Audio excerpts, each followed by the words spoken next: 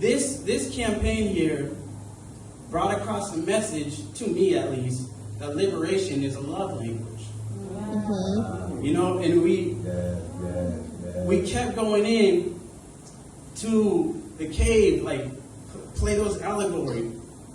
Like we're here at Harriet Tubman, you know, and we kept making that trip. We kept making the trip to free our people.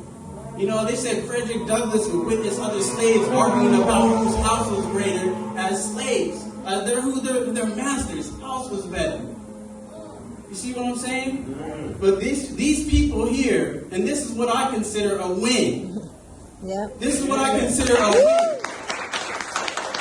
It's that you kept making multiple trips. You kept making multiple trips. And your friends sent you messages like, you know what? You taught me something. But you taught me something. You taught me something. You taught me what's underneath these candidates. You taught me how to look at at what's going on. You taught me how to build community.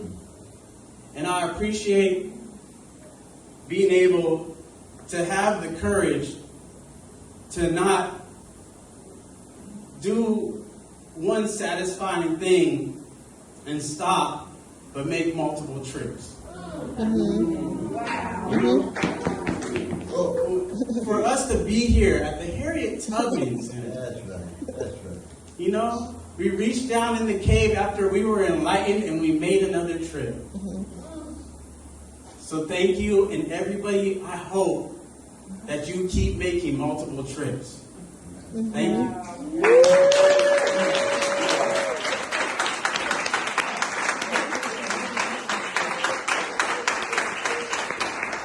I want to offer about this coming together is I don't want to come together with everybody in the world, right? I don't think you do either, right? Like, you know, some of these people, voted for these people up here, they can stay where they at. But what defines this room, everybody in this room, is someone I want to come together with and have come together with and consider it a tremendous blessing to have come together with. And what I think the thread is, because as you were speaking, Jai, I was going, why does Jai resonate the way that he does? From the moment I met you, you've resonated with me. And when last time we were in this building, we walked and we knocked on doors together, and every person you spoke with, you resonated with them too. Well, what is it about you? I think that what you embody is really the spirit of this campaign, and that there's an authenticity, right? We are not performative, right? We're not in it because we want some clout, right? In fact, most of us have paid a cost in the work that we're doing, right? But we are authentic to what we understand our calling to be. And so I'm grateful for the way in which you understand this to be an extension of movement, that this is one tool in our toolbox, and this is how we grow and sharpen this tool. And so I'm grateful for everybody who's been on Billion, for being on this ride together, and for the road ahead that will get us to freedom. That will get us, we got to keep coming back, right? Right? Until we're all free, until the system that binds us is toppled, until we free ourselves. And so I'm grateful for the start of this journey. Dr. West, thank you for inviting me to be on this journey with you. It's a tremendous journey. And so may we fight, may we win, may, in Mrs. Fannie Lou Hamer's words, build our own power. Build our own power. Ashe. Ashe. Him running out of ego. And those people don't know who he is. I've seen him pay for people's rent. I've seen him love people. I've seen him do things behind closed doors. If you eat with him, he wants to serve you. We had trouble with security because he wouldn't allow us to open the doors for him. This is the type of person who allows himself to love in a radical way.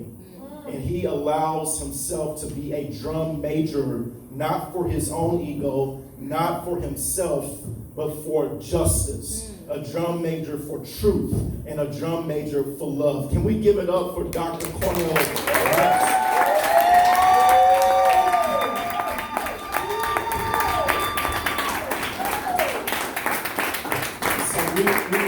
We leave this place tonight knowing that this is just a part of the marathon. As Nipsey said, the marathon continues.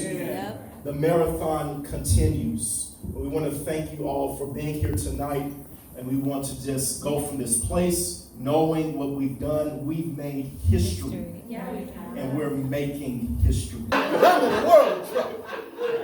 I got to have a human being committed to integrity, honesty, and decency. I got to have a human being concerned to sacrifice themselves in such a way that something bigger than them is working through them such that they can make the world a little better before the worms get their bodies. That's right.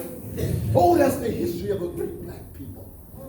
It's the history of a great oppressed people. But I can only speak for myself, and I'm a black man. I'm a free black man. And that the fact that we here in Harriet Tubman space is not just a coincidence. Harriet Tubman said what? I went down 19 times in the belly of this American slavocratic white supremacist beast. And I would have saved more black people if they had known they were slaves. Mercy.